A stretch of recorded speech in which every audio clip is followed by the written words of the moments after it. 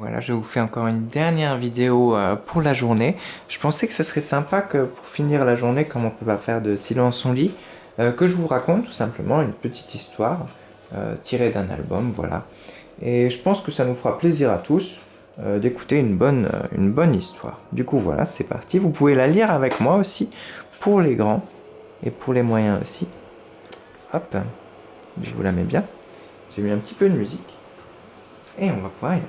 Alors, cette histoire s'appelle Les 3 grains de riz d'Agnès Bertrand-Martin. C'est parti. Ce matin, petite sœur Lia a mis sur son dos un sac de toile brune. Un sac de toile, c'est un sac tout fin, comme un sac à patates. Dans ce sac se tiennent bien serrés tous les grains de riz que ses parents ont récoltés précieusement dans la plaine à côté du grand fleuve. Le fleuve, il est là, c'est de l'eau. Voilà. Ensuite, je descends. Et petite sœur Lie est partie en courant pour vendre ce riz au marché. On la voit bien avec son sac ici. Soudain, un canard sauvage se pose devant elle. Petite sœur Lie, donne-moi du riz. Avec le riz, j'efface les ennuis. Petite sœur Lie ne doit pas gaspiller ce riz. Elle doit le vendre car ses parents ont vraiment besoin d'argent. Mais elle trouve extraordinaire qu'un canard soit capable de faire tant de bonté. Alors, elle ouvre doucement le petit sac de toile brune, et c'est avec plaisir qu'elle offre une petite poignée de riz à un canard qui était si gentil. Et le canard s'envole en lui disant « Merci !» Allez, épisode 2.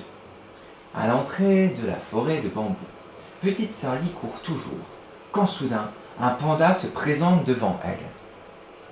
Petite sœur Lie, donne-moi du riz. Avec le riz, je combats les méchants.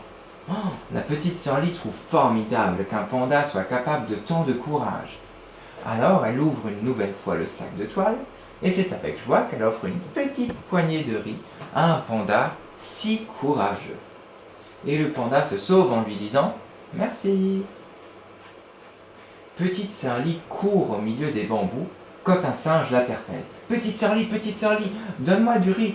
Moi, avec le riz, je fabrique des trésors. Petite sœur Lie trouve incroyable qu'un singe soit si doué. Alors, elle ouvre une nouvelle fois le sac de toile et c'est avec admiration qu'elle offre une petite poignée de riz à un singe aussi adroit. Ça veut dire qu'il savait bien fabriquer des choses. Et le singe se sauve en lui disant « Merci ». Mais un jour, quand petite sœur Lie traverse le pont, le dragon du fleuve bondit en rugissant. Il sort de l'eau.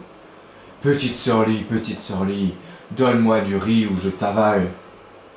Petite sœur Lie a tellement peur du dragon qu'elle lui jette une énorme poignée de riz pour qu'il la laisse tranquille. Mais le dragon ne dit pas merci, vraiment pas du tout. Au contraire, il se fâche de plus belle et il rugit. Petite sœur Lie, tu te moques de moi? Une poignée ne suffit pas, je veux tout ton riz, donne-le-moi. Et petite sœur Lie court de l'autre côté du pont, mais le dragon est furieux. Il se dresse pour cracher sa colère, il crache du feu, contre la petite sœur Lie. Il lance des serpents de flammes qui transforment le ciel en brasier. Oh, on voit bien qu'il crache du feu, transformer le ciel en brasier. Il avale l'eau du fleuve et la recrache pour noyer petite sœur Lie.